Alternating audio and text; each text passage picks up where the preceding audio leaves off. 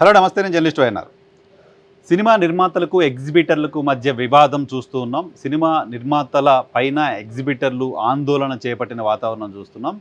Single screen థియేటర్లలో ఇప్పుడు ఇస్తున్న రెంట్ని మల్టీప్లెక్స్ థియేటర్స్ తరహాలోనే ఇవ్వాలి అనే అంశానికి సంబంధించి ఎగ్జిబిటర్లకు నిర్మాతలకు మధ్య వివాదం నడుస్తోంది. ఈ నేపథ్యంలోనే వచ్చే నెల 1వ తారీఖు నుంచి తెలుగు రాష్ట్రాల్లో థియేటర్లు పూర్తిగా మూసివేయాలనే ఒక నిర్ణయాన్ని తీసుకున్నారు. ఆ నిర్ణయాన్ని అమలు చేస్తారు లాంటి వార్తలు వస్తున్న నేపథ్యంలో సడన్గా ఈరోజు సమావేశమైన సినీ ఇండస్ట్రీకి సంబంధించిన పెద్దలు ప్రస్తుతానికి ఆ బంద్కు సంబంధించిన నిర్ణయాన్ని వాయిదా వేసుకుని 30వ తారీఖు సమావేశం పెట్టుకుంటున్నారు. 30వ తారీఖు సమావేశం తర్వాత థియేటర్ల బంద్కు సంబంధించిన అంశంపైన, తమకు సంబంధించిన సమస్యలపైన ఓ నిర్ణయాన్ని ఆ సమావేశంలో తీసుకుంటామంటూ ప్రకటించారు.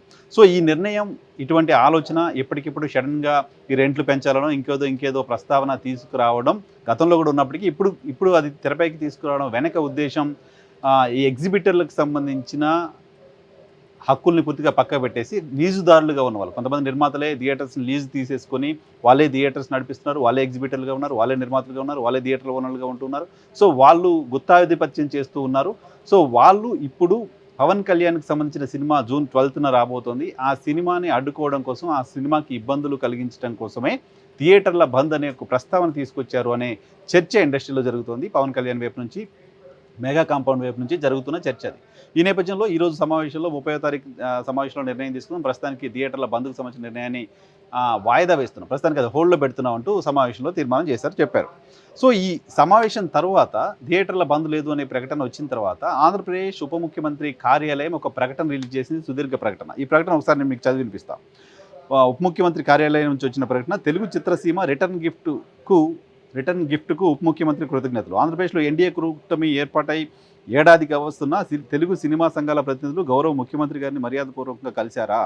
గత ప్రభుత్వం సినిమా రంగం వారిని అగ్రనటుల్ని ఎలా చిత్కరించిందో మర్చిపోయినట్లున్నారు.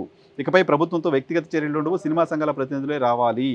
కూటమి ప్రభుత్వం వ్యక్తులను కాదు, సినిమా రంగం అభివృద్ధిని చూస్తుంది.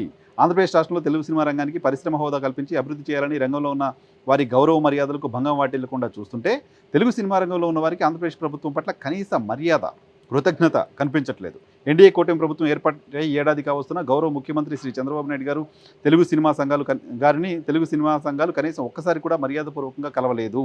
కేవలం తమ చిత్రాల విడుదల సందర్భంలో ప్రభుత్వం ముందుకు రావడం మినహా చిత్రరంగం అభివృద్ధి కోసం సంఘటితంగా రాలేదు. అందరూ కలిసి రావాలి అని ఉప ముఖ్యమంత్రి శ్రీ పవన్ కళ్యాణ్ గారు సూచించినా సానుకూలంగా స్పందించలేదు. గత ప్రభుత్వ చీత్కారాలు: తెలుగు సినిమా రంగంలోని అగ్రనటులను, సాంకేతిక నిపుణులను గత ప్రభుత్వం ఏ విధంగా చిత్కరించుకుని ఇక్కట్ల పాలు చేసిందో తెలుగు చలనచిత్ర వాణిజ్య మండలి, నిర్మాతల మండలి, మూవీ ఆర్టిస్ట్ అసోసియేషన్ లాంటి సంఘాలు మరిచిపోయినట్లున్నాయి.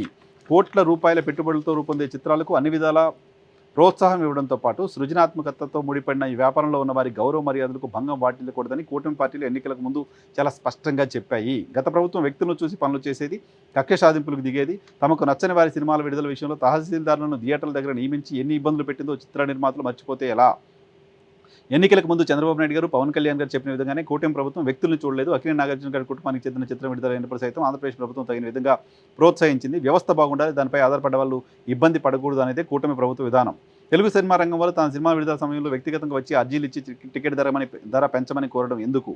అందరూ కలిసి వచ్చి ప్రభుత్వంతో చర్చించమని పవన్ కళ్యాణ్ గారు సూచించారు. దిల్ రాజు గారు, అల్లు అరవింద్, డి సురేష్ బాబు, సుప్రియ, చిన్నబాబు, అశ్విని దత్, నవీన్ నిర్నేని తదితర నిర్మాతలు కలిసినప్పుడు అందరూ సంఘటితంగా ఉంటే పరిశ్రమ అభివృద్ధి చేయవచ్చని కూడా చెప్పారు. అయినప్పటికీ ఎవరికొవారు వ్యక్తిగతంగా వచ్చి తమ సినిమాల టికెట్ల ధర పెంచమని సినిమాటోగ్రఫీ శాఖకి అర్జీలు ఇస్తూ వచ్చారు. ప్రభుత్వం సానుకూలంగా స్పందిస్తూనే ఉంది. రిటర్న్ గిఫ్ట్ స్వీకారం సినిమా రంగం కోసం ప్రత్యేక పాలసీ. సినిమా రంగానికి పరిశ్రమ హోదా ఇచ్చేందుకు ఆలోచనలు చేసిన పవన్ కళ్యాణ్ గారికి తెలుగు సినిమా రంగానికి చెందిన కొందరు ఇచ్చిన రిటర్న్ గిఫ్ట్ కూడా తగిన విధంగానే స్వీకరించారని ఉప ముఖ్యమంత్రి శ్రీ పవన్ కళ్యాణ్ గారు నిర్ణయించుకున్నారు. ఈ రిటర్న్ గిఫ్ట్కు కృతజ్ఞతలు తెలియజేశారు. ఇక నుంచి వ్యక్తిగత విజ్ఞాపనలు, చర్చలకు తావు లేదు. సంబంధిత విభాగం ప్రతినిధులతోనే చర్చిస్తారు, వాటితోనే సంబంధిత విభాగాలకు పంపిస్తారు. రాష్ట్రంలో కూటమి సర్కారు పర్యాటక రంగానికి పరిశ్రమ హోదా ఇస్తూ పాలసీని ప్రకటించింది. అదేవిధంగా సినిమా రంగం అభివృద్ధి కోసం ప్రత్యేక పాలసీ తీసుకురావాలని ఉప ముఖ్యమంత్రి శ్రీ పవన్ కళ్యాణ్ గారు ఆలోచన చేశారు.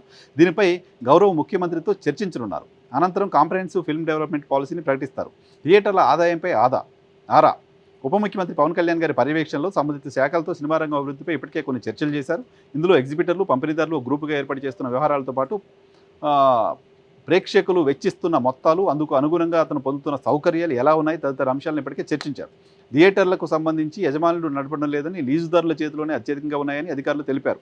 అయితే లీజుదారుల నుంచి పన్ను సక్రమంగా వస్తుందా లేదా, వివిధ చిత్రాలకు ధరలు పెంచినప్పుడు ఆ మేరకు పన్ను ఆదాయం పెరిగిందా లేదా అని కూడా పన్నుల విభాగం పరిశీలన చేయాలని దిశానిర్దేశం చేశారు. రాయలసీమ జిల్లాలో థియేటర్ల నుంచి వచ్చే ఆదాయంపైన ఈ సందర్భంగా చర్చించారు. టికెట్ సేల్కు వచ్చే పన్నుకి అంతరం ఏ మేరకు ఉందో చూడాలని నిర్ణయించారు.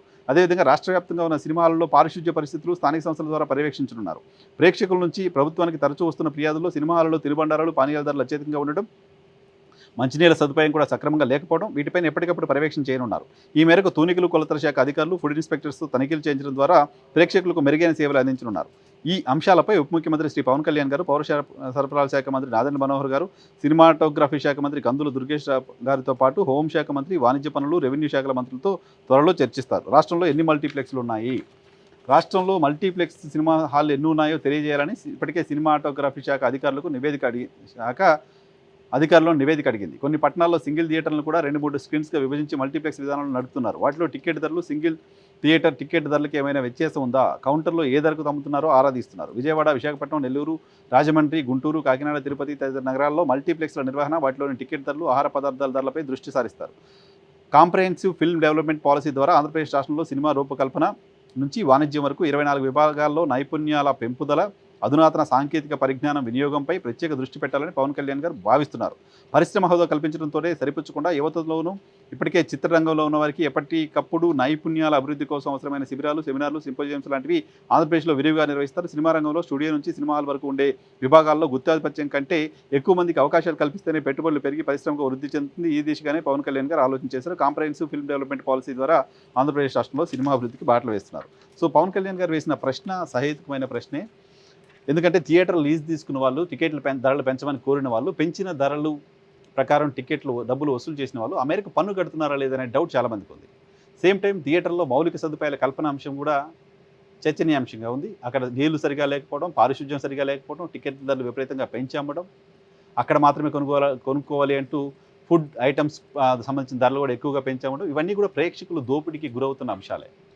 సో ఈ మొత్తం అంశాలకు సంబంధించి పవన్ కళ్యాణ్ గారు ఇప్పుడు ఎందుకు స్పందించారు?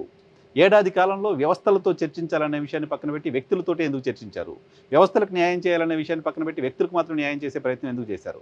ఈ ఏడాది కాలంలో పెంచిన టికెట్ల ధరలు పెంచిన సందర్భంలో పన్నులు సరిగా వస్తున్నాయా లేదా అన్న ఆలోచన అప్పుడు ఎందుకు చేయలేకపోయారు, ఇప్పుడు ఎందుకు చేస్తున్నారు? పైగా ఈ అంశాలన్నింటిపైన గత ప్రభుత్వం, స్థానిక ప్రభుత్వాల ద్వారా అక్కడికి వెళ్ళి థియేటర్లో టికెట్ల ధరలు పెంచి అమ్మడం పైన, వీటిపైన పర్యవేక్షణ చేస్తున్నప్పుడు అది సినిమా ఇండస్ట్రీని వేధింపుగా చూసినప్పుడు ఇప్పుడు అదే పని మీరు చేస్తామని ఎలా చెప్తారు?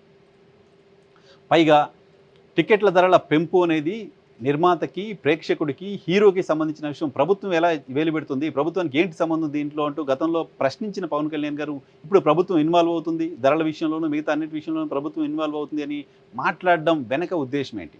పైగా తన సినిమాకి ఇబ్బందులు కలిగిస్తున్నారనే ఆలోచనతోటే పవన్ కళ్యాణ్ కక్ష సాధింపుతో ఇలా వ్యవహరిస్తున్నారని ఎవరైనా అనుకోవడానికి సంబంధించిన ఆస్కారం ఉంది కదా. ఈ ఏడాది కాలంలో ఆంధ్రప్రదేశ్లో స్టూడియోలు పెట్టండి, షూటింగ్లు చేయండి, ఆంధ్రప్రదేశ్లో సినిమా పరిశ్రమను అభివృద్ధి చేయడం కోసం ముందుకు రండి అని ఆలోచించి అటువంటి ఒక సమావేశాన్ని, అటువంటి ఒక ఇనిషియేషన్ను తీసుకున్న ప్రభుత్వం ఎక్కడ? ప్రత్యేకంగా పిలిచి సన్మానాలు చేయకపోయినా సినిమా పరిశ్రమ అంతా చంద్రబాబు నాయుడు గారిని కలిసి ఆయన ఆకాశానికి ఎత్తుతూ అనేక సందర్భాల్లో మాట్లాడడం చూసాం. రిజల్ట్స్ వస్తున్న సందర్భంగానే సినిమా పరిశ్రమ అంతా చంద్రబాబు నాయుడు గారి ఇంటి దగ్గరికి క్యూ కట్టడం చూసాం. ప్రత్యేకంగా పిలిచి సన్మానాలు చేయాల్సిన అవసరం ఉందా? చేశారా? గతంలో ఎవరికైనా చేశారా? ఎప్పుడు ఎవరికైనా చేశారా? చూడాలి. తెలంగాణ ముఖ్యమంత్రి రేవంత్ రెడ్డి కూడా ఇక్కడ మొత్తం సినిమా ఇండస్ట్రీ అంతా పిలిచి సన్మానం చేసింది లేదు. గతంలో జగన్మోహన్ రెడ్డి కూడా సినిమా ఇండస్ట్రీ అంతా పిలిచి సన్మానం చేసింది లేదు. అటువంటి సాంప్రదాయం, అటువంటి ట్రెడిషన్ లేదు ఎప్పుడు. ఇప్పుడు కొత్తగా అటువంటి ట్రెడిషన్ని గతంలో వైసీపీ కోరుకుంది, ఇప్పుడు పవన్ కళ్యాణ్ గారు కోరుకుంటారు. సినిమా ఇండస్ట్రీపై నియంత్రణ గతంలో వైసీపీ చేసే ప్రయత్నం చేసింది. ప్రేక్షకుల పాయింట్ ఆఫ్ వ్యూలో మేము చేసామని చెప్పింది. ఇప్పుడు పవన్ కళ్యాణ్ గారు కూడా చేస్తున్నారు. ఇప్పుడు ప్రేక్షకుల పాయింట్ ఆఫ్ వ్యూలో చూస్తున్నారా, తన సినిమాకి ఇబ్బంది కలిగిస్తున్నారని చూస్తున్నారా? పవన్ కళ్యాణ్ గారు ఆన్సర్ చెప్పాల్సిన అవసరం ఉంటుంది. సో మొత్తంగా ఈ లేఖ ద్వారా ఆయన సినిమా ఇండస్ట్రీలోని కొంతమంది పెద్దలపైన ఆగ్రహం వ్యక్తం చేశారు. సినిమా ఇండస్ట్రీ ప్రేక్షకుల్ని దోపిడీ చేస్తుందనే విషయాన్ని చెప్తున్నారు. సినిమా ఇండస్ట్రీకి సంబంధించిన కొంతమంది వ్యక్తులు థియేటర్లు లీజుకు తీసుకొని థియేటర్లు సరిగా నడపట్లేదు, అక్కడ మౌలిక సదుపాయాలు లేవు, వాటర్ లేవు, ఫుడ్ భారీ రేట్లకు అమ్మేస్తున్నారనే విషయాన్ని చెప్తున్నారు. సినిమా టికెట్లు ధరలు పెంచుకుంటున్న సందర్భంగా దానికి సంబంధించిన ట్యాక్సులు కట్టకుండా ఎగ్గొడుతున్నారనే విషయాన్ని కూడా పవన్ కళ్యాణ్ గారు ఈ లేఖ ద్వారా చెప్పినట్లయింది. సో సినిమా ఇండస్ట్రీ ఎలా దీనిపై రియాక్ట్ అవుతుందో చూద్దాం. Thank you.